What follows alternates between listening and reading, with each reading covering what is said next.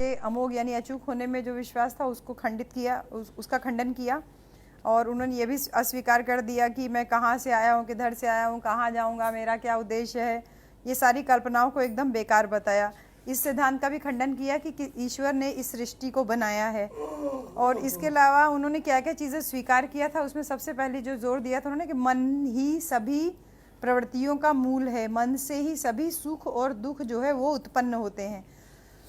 और फिर क्या हुआ था कि बुद्ध के दिमाग में ये बात आई जब उनको ज्ञान प्राप्त हो गया कि मुझे अपने ज्ञान का उपदेश करना चाहिए कि नहीं, दूसरों तक इसका संचारण होना चाहिए कि नहीं होना चाहिए। फिर उन्होंने कहा कि मैंने जो मार्ग तलाशा है ये थोड़ा कठिन है, तो पता नहीं लोग इस पे चलने के लिए तैयार होंगे कि नहीं। और इस पे बुद्ध ने ये तथागत ने इस बात को मान लिया कि मैं जो है इसका धर्मोपदेश नहीं करूँगा। तभी ब्रह्म संघापति अपने स्थान से उठे और सीधे तथागत के सामने आए। ये ब्रह्मा जो है ये हिंदू धर्म के ब्रह्मा से बिल्कुल अलग हैं। ब्रह्म सहानपति वो आए और उनसे रिक्वेस्ट किया कि आपने संसार के दुखों को जान लिया है और दुख को दूर करने का कारण भी जान लिया है और उसको उपाय और उसके दूर करने के उपाय भी आपने जान लिया है, तो इसका उपदेश कीजिए जिससे कि मानव जाति का कल्याण हो। तो अगर आप इस ज्ञान को अपने तक सीमित रखेंगे तो पूरी मानव जाति का कल्याण होने से आप विरत रह जाएगी और आप ही उसकी रक्षा कर सकते हैं। और फिर इस पर तथागत मान गए और उसके बाद वो बहुत खुश होते हैं। ब्रह्म समापति वापस अपने लौटते हुए रास्ते में इतना खुश होते हैं, सबको बताते हैं कि संसार के दुख को दूर करने का मार्ग मिल गया है। तो तथागत ने, कल हम लोग इसी पे छोड़े थे कि दो तरह की धर्म दीक्षा थी।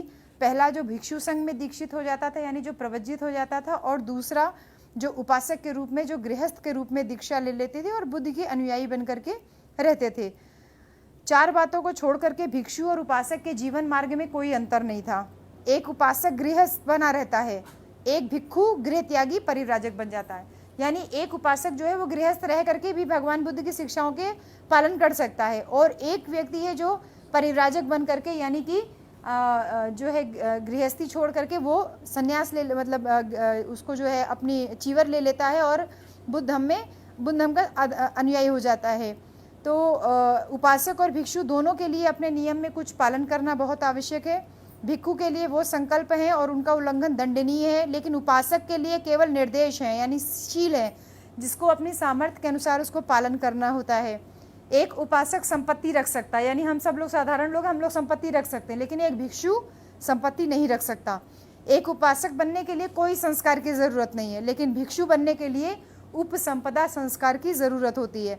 बुद्ध ने दीक्षा के लिए आने वालों को उनकी इच्छा के अनुसार ही उन्हें उपासक या भिक्षु बनाया। यानी आप कभी किसी भंते के सामने जाते हैं, आप उनको प्रणाम कहते हो, कहते हैं भंते जी हमको सील दीजिए, तो एज ए उपासक आप उनसे मान सकते हैं। और अगर अपने बच्चों को आप 1 महीने 1 हफ्ते के लिए चीवर दिलाना चाहते हैं या बौद्ध धर्म में दीक्षित करना चाहते हैं, तो 1 हफ्ते के लिए भी होता है प्रवज्जित, 1 महीने के लिए भी होता है, 6 महीने के लिए भी होता है, या जब तक चाहे वो तब तक आप जो है सिखाने के लिए स्वयं भी ले सकते हैं और अपने परिवार के लोगों को भी दे सकते हैं। तो ये जो है अपनी इच्छा के अनुसार है कि आप उपासक बन के उपासना करना चाहते हैं, भिक्षु बनना चाहते हैं।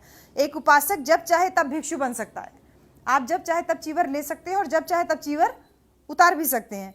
एक भिक्षु उस स्थिति में भिक्षु नहीं रहता जब वो अपने प्रमुख व्रतों का उल्लंघन करता है या स्वेच्छा से संघ की सदस्यता त्याग देता है। यह नहीं समझना चाहिए कि बुद्ध ने केवल उन्हें ही दीक्षित किया जिनके नाम आगे के पृष्ठों में आए हैं। कुछ उदाहरण चुने गए हैं, यानी आगे हम लोग अभी जो पढ़ेंगे उसमें तथागत ने किन किन लोगों को दीक्षित किया, केवल उन्हीं को नहीं, उसके अलावा बहुत सारे लोग ऐसे थे जिनको दीक्षित किया, लेकिन बाबा साहब ने कुछ ही उदाहरण के द्वारा इस सब कुछ चीज़ों को समझाने की कोशिश की है। अब तथागत ने निश्चय तो कर लिया कि मुझे जो है उपदेश करना चाहिए। अब उनके सामने सबसे बड़ा प्रश्न ये उठा कि मैं किसको उपदेश दूं। भाई मैंने ज्ञान अर्जित कर लिया, ब्रह्म समापति की मैंने बात भी मान ली, लेकिन अब मैं किसको उपदेश दूं, ये बड़ा प्रश्न था। मैं सर्वप्रथम किसे धर्मोपदेश दूं? तो उन्हें सबसे पहले किसका ध्यान आया? जो उनके सबसे पहले गुरु थे। कौन थे सबसे पहले गुरु? जिनके आश्रम में वो गए थे, जिनसे उन्होंने ध्यान विद्या सीखी थी। आलार कलाम का ध्यान आया, जिन्हें बुद्ध ने सादर पूर्वक विद्वान और बुद्धिमान, समझदार और काफी निर्मल मानते थे। बुद्ध ने विचार किया ये कैसा रहेगा कि अगर मैं पहला उपदेश उन्हीं को दूं। तब उन्हें पता चला कि उनकी तो मृत्यु हो चुकी है। फिर उनको ख्याल आया उनके जो दूसरे गुरु थे, उनका क्या नाम था? उदक रामपुत। उनका ध्यान आया, लेकिन उनका भी शरीर अंत हो चुका था। फिर उसके बाद उनको अपने उन 5 साथियों का ध्यान आया जो तपस्या करते समय निरंजना नदी के पास में उनके साथ में थे, और बाद में उनको छोड़ करके चले गए, क्योंकि बुद्ध ने खीर खा करके अपना व्रत जो तपस्या जो थी वो तोड़ दिया था। उन्होंने अपने मन से कहा, उन्होंने मेरे लिए बहुत कुछ किया, मेरी बहुत सेवा की, मेरी देखभाल की, ये कैसा रहेगा कि अगर मैं सबसे पहला उपदेश उन्हीं को करूं। तो उन्होंने उनके ठौर ठिकानों का पता लगाया और उन्हें पता चला कि वे सारनाथ के इसी पत्तन, सारनाथ का पुराना नाम इसी पत्तन है, इसी को मतलब है ऋषि, री वर्ड जो है पाली भाषा में नहीं है तो उसको इसी बोलते हैं, इसी पत्तन मृगदाव में रह रहे थे। तो तथागत उनकी खोज में उधर ही चल दिए। उन 5 ने बुद्ध को आते हुए देखा तो आपस में तय किया। अच्छा, इसको तो इसमें पढ़ते हुए तो आपको उतना मज़ा नहीं आएगा, लेकिन वो 45 दिन लगा तथागत को वहाँ से बोध गया से आते हुए सारनाथ, 45 दिन। तो शुरू के जो 15 दिन थे वो उन्होंने वहीं पे बिताए, बोध गया में ही बिताए। तो पहला उपदेश जो था ना, वो देखे थे जो जिस पीपल के वृक्ष के नीचे बैठे थे, तो वहाँ पे वो जो है सुजाता खीर लेकर के आई थी। तो ये माना जाता है कि सबसे पहला जो तथागत का जो शिष्य हुआ वो सुजाता ही हुई। 15 दिन तथागत ने वहाँ पे बिताए बोध गया में, और उसके बाद वहाँ से चलना शुरू किया। 35 दिन करीब लगे उनको सारनाथ पहुँचने में। तो जब यहाँ पर आए तो वो 5 लोग उनसे बहुत नाराज थे, कहे वो देखो करप्ट आदमी चला आ रहा है, वो देखो वही करप्ट सिद्धार्थ चला रहा है, वो देखो जिसने तपस्या का मार्ग छोड़ दिया, जिसने खाना खा लिया, हाँ, जो तपस्या नहीं करता है वो कैसे जो है ज्ञानी हो सकता है। तो वो आएगा तो हम लोग उससे बात नहीं किया जाएगा, हम लोग उसको प्रणाम भी नहीं किया जाएगा, केवल साधारण नमस्ते वमस्ते बोल दिया जाएगा, बस इसके अलावा कुछ नहीं किया जाएगा। तो वो सब ऐसे नाराज रहते हैं। लेकिन जब तथागत उनके नज़दीक आते हैं तो उनका तेज इतना ज़्यादा होता है कि एक दौड़ करके उनका चीवर पकड़ लेता है, एक उनका भिक्षा पात्र थाम लेता है, एक उनका पैर धोने के लिए पानी ले आता है, एक अपना खुद का जो चीवर ऊपर पहनते हैं वो वाला उतार करके उनके स्वागत में बिछा देता है कि तथागत उस पर बैठ जाए, और अपने आप को रोक नहीं पाते, और वो 5 जो है दंडवत उनको प्रणाम करते हैं। इतना तेज होता है उनका। लेकिन जब बुद्ध समीप पहुंचे तो 5 परिव्राजक अपने निश्चय रह सके, और बुद्ध के व्यक्तित्व ने उन्हें इतना प्रभावित किया कि सब अपने आसन से खड़े हो गए। एक ने बुद्ध का पात्र लिया, एक ने चीवर संभाला, एक ने आसन बिछाया, और एक पांव धोने के लिए पानी लेकर के आया। वास्तव में एक अप्रिय अतिथि का ये एक असाधारण स्वागत था। अप्रिय अतिथि, आप उसको पसंद नहीं कर रहे थे, लेकिन फिर भी वो एक बहुत अच्छा स्वागत उनका किया। इस प्रकार जो उपेक्षावान थे वो भी श्रद्धावान बन गए। तो कुशल समाचार पूछने के बाद उन 5 परिव्राजकों ने बुद्ध से प्रश्न किया कि क्या अब भी तपस्या और काय क्लेश में आपका विश्वास है? बुद्ध ने कहा नहीं, मैं तपस्या करने में विश्वास नहीं रखता हूँ। बुद्ध ने कहा 2 सिरे अति की बातें थी, एक काम भोग का जीवन और दूसरा काय क्लेश का जीवन। एक का कहना था खाओ पियो मौज करो, यानी जो गृहस्थ लोग हैं नॉर्मल, खाओ पियो मौज करो क्योंकि कल तो मर जाना है। दूसरे का कहना है सभी वासनाओं का मूल उच्छेद कर दो क्योंकि वे पुनर्जन्म का कारण है। तपस्या कहती है कि क्या आप अपनी सारी जितनी भी आपके मन में वासनाएं हैं उनको खत्म कर दीजिए क्योंकि उसी से आपका दोबारा पुनर्जन्म होगा। उन्होंने दोनों आदमियों को योग्य नहीं माना, वे मध्यम मार्ग को मानने वाले थे। तो बुद्ध का जो मार्ग है उसको मध्यम मार्ग बोलते हैं। मध्यम का मतलब होता है मध्यम मार्ग, क्योंकि जो कि ना तो काम भोग का मार्ग है और ना ही काय क्लेश का, यानी शरीर को पीड़ा देने वाला मार्ग है। बुद्ध ने परिव्राजकों से कहा, मेरे प्रश्न का उत्तर दो। जब तक तुम्हारे मन में सांसारिक और अलौकिक भोगों की कामना बनी रहेगी तो क्या तुम्हारा जो काय क्लेश यानी जो तुम तपस्या कर रहे हो क्या ये व्यर्थ नहीं होगा? उन्होंने उत्तर कहा, हाँ, जैसा आप कह रहे हैं बिल्कुल वैसा ही। काय क्लेश का शोक संतप्त जीवन गुजारने से आप काम तृष्णा से कैसे मुक्त हो सकते हैं? उन्होंने कहा, हाँ, जो आप कह रहे हैं सही है, यानी कि आप चाहे जितना तपस्या कर लीजिए, लेकिन अगर आप सांसारिक भोग विलासों की तरफ आपका दिमाग लगा हुआ है तो आपकी तपस्या करने का क्या कोई फायदा है? हाँ, आप जो कह रहे हो बिल्कुल सही है। समझ में नहीं आ रहा है? मुस्कुरा रही है। सोना नहीं है। जब आप अपने आप पर विजय पा लेंगे तभी आप काम तृष्णा से मुक्त होंगे। ये प्रश्न डॉक्टर नितिन खन्ना ने मुझसे किया था। उन्होंने मुझे व्हाट्सएप पे मैसेज करके इस बात को पूछा था और यही उसका जवाब है कि जब आप अपने पर विजय पा लेंगे तभी आप काम तृष्णा से मुक्त होंगे और तब आप में सांसारिक काम भोगों की कामना नहीं रहेगी और तब आप स्वाभाविक इच्छाएं अपने आपको दूषित नहीं करेंगी। यानी अगर आपने अपने मन के ऊपर काबू कर लिया है, यानी अपने ऊपर विजय प्राप्त कर लिया है, तो आप सभी प्रकार की तृष्णाओं से, यानी राग, द्वेष, मोह, लोभ, ये सब जो है तृष्णाओं से आप मुक्त हो जाएंगे।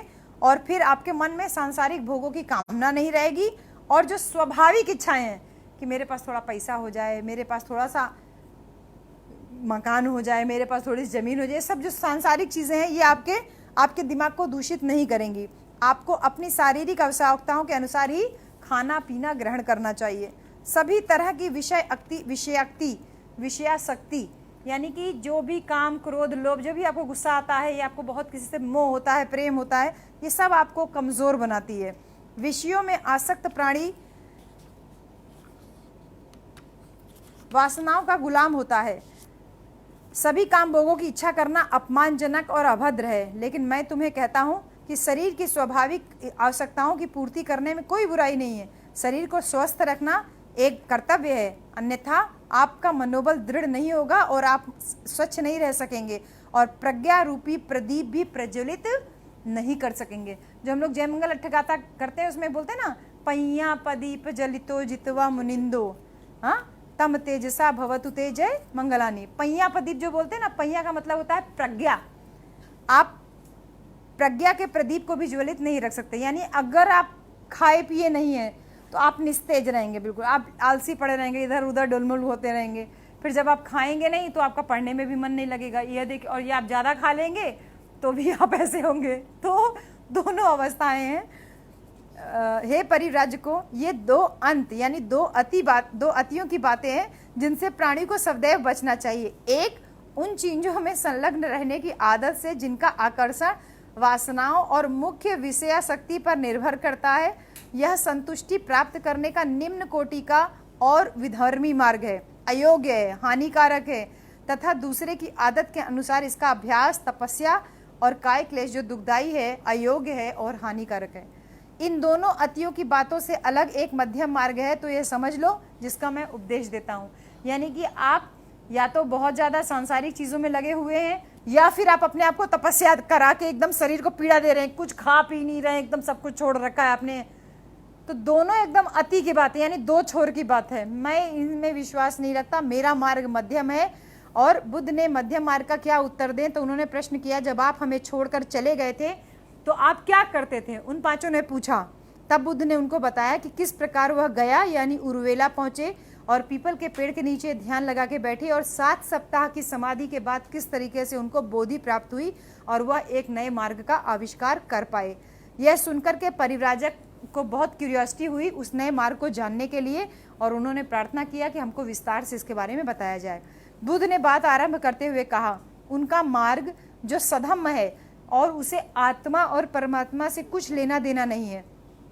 उनके सधम्म को इस बात से कोई सरोकार नहीं है कि मरने के बाद जीवन का क्या होता है। उनके सधम्म को कर्म कांड के क्रियाकलापों से कुछ भी लेना देना नहीं है, यानी कि आत्मा परमात्मा में वो विश्वास नहीं रखते और इस बात से भी सरोकार नहीं करते कि मरने के बाद आदमी के जीवन का क्या होता है, और वो कर्मकांड में भी विश्वास नहीं रखते। बुद्ध के धम्म का केंद्र बिंदु आदमी है, बाकी सारे जितने भी धर्म हैं उसमें केंद्र बिंदु ईश्वर है।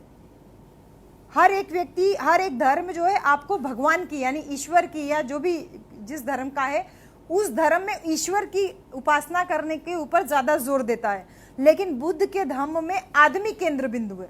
वो ये नहीं कहते मेरी पूजा करो, बुद्ध ये कभी नहीं कहा कि हमारी पूजा करो। ये तो हम लोग उनको भगवान मान करके उनकी मूर्ति रख करके हम भले ही उनकी पूजा करते हैं, लेकिन तथागत ने कभी ये नहीं कहा कि मेरी मूर्ति बना करके मेरी पूजा करिए। उनके केंद्र बिंदु में तो आदमी है। आदमी परेशान क्यों है? इस पृथ्वी पर अपने जीवन काल में एक आदमी का दूसरे आदमी के साथ संबंध किस प्रकार का है, मेरी विषय वस्तु यानी धम्म की विषय वस्तु ये है। बुद्ध ने कहा यह उनका प्रथम आधार तत्व है, यानी इंसान, मनुष्य, व्यक्ति, ये प्रथम आधार तत्व है मेरे धम्म का। उनका दूसरा आधार तत्व है कि प्राणी दुख, कष्ट, दरिद्रता में जीवन व्यतीत कर रहे हैं। पहला तो केंद्र बिंदु आदमी है, और दूसरा ये है कि वो आदमी दुख में, दरिद्रता में, सभी आदमी परेशान है। कोई बीमारी से परेशान है, अभी आजकल आप परेशान है बीमारी से, कभी आप पढ़ाई से परेशान होते हैं, कभी आप सोने से परेशान होते हैं, कभी आप जगने से परेशान होते हैं। थोड़े दिन बाद जब आप बुढ़े होने लगेंगे तब आप बुढ़ापे से परेशान होंगे। तो हर एक आदमी परेशान है, कोई बुढ़ापे से परेशान है, कोई रोगी से परेशान है, किसी के पास पैसा नहीं है इसलिए। तो ये दूसरा आधार तत्व है कि प्राणी दुख और दरिद्रता में जीवन व्यतीत कर रहे हैं और संसार दुख से भरा हुआ है, और धम्म का उद्देश्य यही है, इस संसार के दुख को कैसे दूर किया जाए, इसके अतिरिक्त सधम्म और कुछ नहीं है। अगर आप दुखी हैं तो बीएचयू मत जाइए, और अगर आपको यहाँ रहने में सुख है तो आप यही रहिए। दुख के अस्तित्व की स्वीकृति और दुख को दूर करने का मार्ग दिखाना उनके धम्म का आधार है। धम्म के लिए एकमात्र यही आधार और औचित्य हो सकता है। जो धर्म इस बात को स्वीकार नहीं करता वह धर्म नहीं है। यानी बुद्ध की बातों में सबसे केंद्र बिंदु आदमी है। आदमी, प्रत्येक व्यक्ति दुखी है। उस दुख को दूर करने का जो मार्ग है वो बुद्ध का आधार तत्व है, बुद्ध के धम्म का आधार तत्व है। हे परिव्राजकों, वास्तव में जो भी श्रमण या ब्राह्मण धम्म उपदेशक यह नहीं समझते कि संसार में दुख है और उसको दुख को दूर करना उसकी प्रमुख समस्या है, मेरे विचार में उनको श्रमण और ब्राह्मण नहीं मानना चाहिए। वे ना ही वे समझने वाले हैं और ना ही वो जान पाए हैं कि इस जीवन में धम्म का सही अर्थ क्या है। तब परिव्राजकों ने पूछा, अगर आपके लिए धम्म का आधार दुख का अस्तित्व और उसको दूर करना है, तब आप हमें ये बताइए कि आप दुख का विनाश कैसे करेंगे। अगर आदमी के दुख आपका केंद्र बिंदु है तो आप उस दुख को कैसे दूर करेंगे। तब बुद्ध ने उनको बताया कि धम्म के अनुसार अगर हर आदमी पवित्रता पर चले, पहला धर्म परायणता के पथ पर चले, दूसरा सील मार्ग पर चले, तीसरा तो सभी दुखों का अंत हो जाएगा। और उन्होंने आगे कहा कि मैंने ऐसा धम्म आविष्कार कर लिया है। तब परिव्राजकों ने बुद्ध से अपने धम्म की व्याख्या करने की प्रार्थना की और उसको उन्होंने स्वीकार कर लिया। तो उन्होंने बताया कि पवित्रता का अर्थ होता है जीवन के 5 मापदंड जो हम लोग रोज प्रार्थना में बोलते हैं। पवित्रता से क्या अभिप्राय है? पवित्रता से जो हम लोग बोलते हैं पाणातिपाता वेरमणि। पाणी का मतलब होता है प्राणी, प्र वर्ड भी पाली में नहीं है, तो पाणी, पाणातिपाता वेरमणि, यानी किसी भी प्राणी की हम अकारण हिंसा नहीं करेंगे, हत्या नहीं करेंगे, ऐसी प्रतिज्ञा लेते हैं। दूसरा हम बोलते हैं अदिन्न दाना वेरमणि। अदिन्न दाना यानी बिना दिए हुए दूसरे का चीज नहीं लेंगे, यानी चोरी नहीं करेंगे।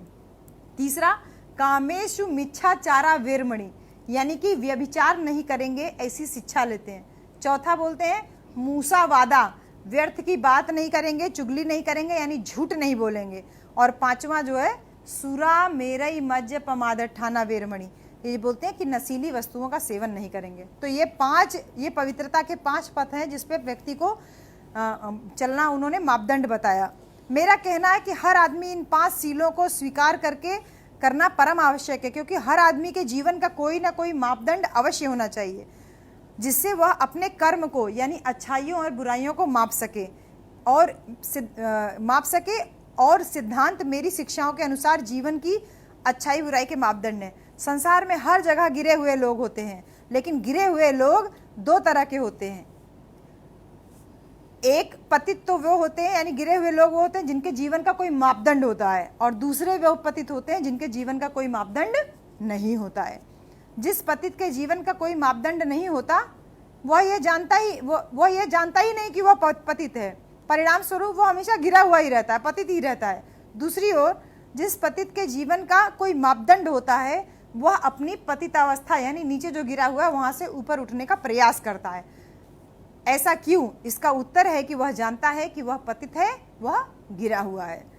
आदमी के जीवन को नियमित करने के लिए मापदंड के होने और ना होने में यही अंतर है। गिर जाना कोई बड़ी बात नहीं है, लेकिन किसी स्तर का अभाव होना ये बहुत बड़ी बात है। यानी आप गिरे हुए हैं और आपको इसका ज्ञान ही नहीं है कि आप गिरे हुए हैं, तो आपका जीवन व्यर्थ है। लेकिन आप गिरे हुए हैं, आपको आभास है कि मैं गिरा हुआ हूं और आप उससे ऊपर उठने का प्रयास कर रहे हैं, तो आप कम से कम इंसान कहलाने लायक है।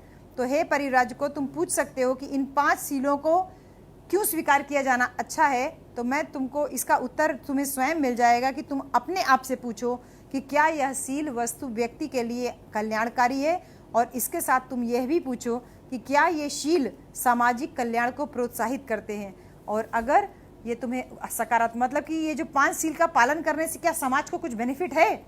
क्या आपके चोरी ना करने से समाज को बेनिफिट है? आपके नशा ना करने से समाज को बेनिफिट है? आपके हिंसा ना करने से, चुगली ना करने से क्या समाज को बेनिफिट है?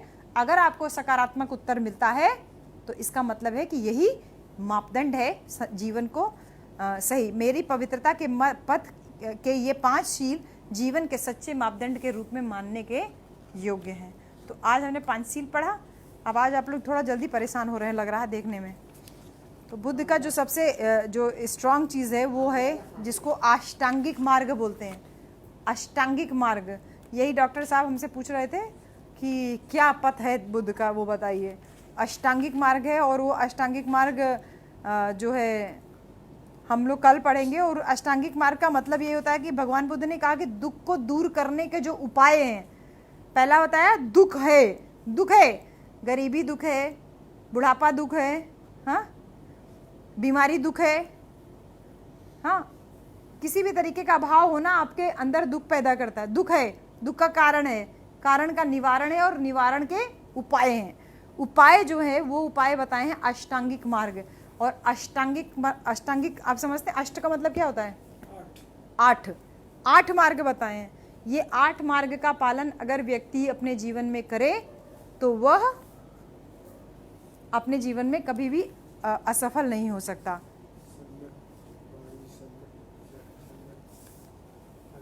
क्या चीज़ है? हाँ, देखिए ये बाबा साहब का लिखा हुआ ओरिजिनल टेक्स्ट है, इसी का ट्रांसलेशन है जो हम लोग हिंदी में पढ़ रहे हैं। तो जिसको अगर अष्टांगिक मार्ग और ये सब हिंदी वाले वर्ड्स में प्रॉब्लम है तो आप, मैं इसीलिए इंग्लिश वाला भी लेकर के ही चलती हूँ साथ में। हाँ, तो ये एकदम 8 फोल्ड पाथ बोलते हैं इसको, अष्टांगिक मार्ग को। हाँ, इसको अष्टांगिक मार्ग या पाथ ऑफ राइटियसनेस बोलते हैं, वैसे 8 फोल्ड पाथ बोलते हैं। तो ये उन्होंने बताया है कि सबसे पहला जो भगवान बुद्ध ने अष्टांगिक मार्ग में जो व्याख्या की थी, मतलब बहुत शॉर्ट में मैं आप लोगों को बता रही हूँ, कल हम लोग डिटेल में पढ़ेंगे। सम्यक दृष्टि, सब चीज़ में सम्यक लगा हुआ है। सम्यक का मतलब होता है बैलेंस्ड, हाँ, बैलेंस्ड। हाँ, तो आप लोग जैसे चश्मा लगाए हुए हैं, हाँ, अप्रोप्रिएट, सम्यक। तो जैसे चश्मा लगाए हुए हैं, सब चश्मा क्यों लगाएं? कि हमको और अच्छा दिखाई दे, हैं? चश्मा इसीलिए लगाएं कि हमको और अच्छा दिखाई दे। पहला सिद्धांत ही अष्टांगिक मार्ग का है सम्यक दृष्टि, यानी कि हम जो देख रहे हैं हमको और बेहतर दिख रहा है। अगर धुंधला दिख रहा है तो हमने चश्मा लगा लिया, तो चश्मा लगाया, आपने देखा आप बहुत अच्छा दिख रहा है। लेकिन दिट्ठी को बोलते हैं कि सम्यक दिट्ठी, यानी सबके ऊपर आप एक बराबर दृष्टि रखिए, किसी को छोटा या बड़ा आप नहीं समझिए। ये सम्यक दिट्ठी सबसे पहला उन्होंने बताया। वैसे तो ये पूरा बहुत डिटेल हो जाएगा और बहुत अच्छे से जो है इंग्लिश वाले में ज़्यादा अच्छा जो है लिखा हुआ है। सम्यक दिट्ठी है, दूसरा है सम्यक संकल्प, फिर तीसरा है सम्यक वक, वक मतलब होता है बोलना, हाँ, वाणी, और सम्यक कमंतो, कमंतो मतलब कर्म, और उसके बाद है सम्यक व्यायाम, सम्यक जीविका और सम्यक सत्ती। सत्ती का मतलब होता है समाधि। कल डिटेल में पढ़ेंगे तो बेहतर आप लोगों को समझ में आएगा। और ये जो अष्टांगिक मार्ग, अगर अष्टांगिक मार्ग आपने याद कर लिया और आपको समझ में आ गया तो जितना भी बुद्ध का सिद्धांत पढ़ेंगे वो टोटल इसी अष्टांगिक मार्ग पे निर्भर है। जितना भी सिद्धांत है अगर आप इसको पालन करते हैं, वैसे अपने घर में तो ज़्यादातर लोग इस अष्टांगिक मार्ग को पालन करते हैं, इसीलिए शायद हम सफल भी हैं। अगर इस अष्टांगिक मार्ग में से एक भी मार्ग में से आप कहीं से भी पीछे होना शुरू करेंगे तो आप हमेशा पीछे होते चले जाएंगे। तो आप किसी का हिंसा नहीं करते ना, किसी के साथ में आगे बढ़ने के लिए आप कोई चोरी नहीं कर रहे हैं, डकैती नहीं कर रहे हैं, किसी को नीचा नहीं दिखा रहे हैं, आप जो भी काम कर रहे हैं एकदम सम्यक तरीके से कर रहे हैं, इसीलिए आप लोग आज सफल हैं। तो कल इसको डिटेल में पढ़ेंगे और अब हम लोग मंगल कामना कर लें, क्योंकि आधे लोगों को आज बहुत जो है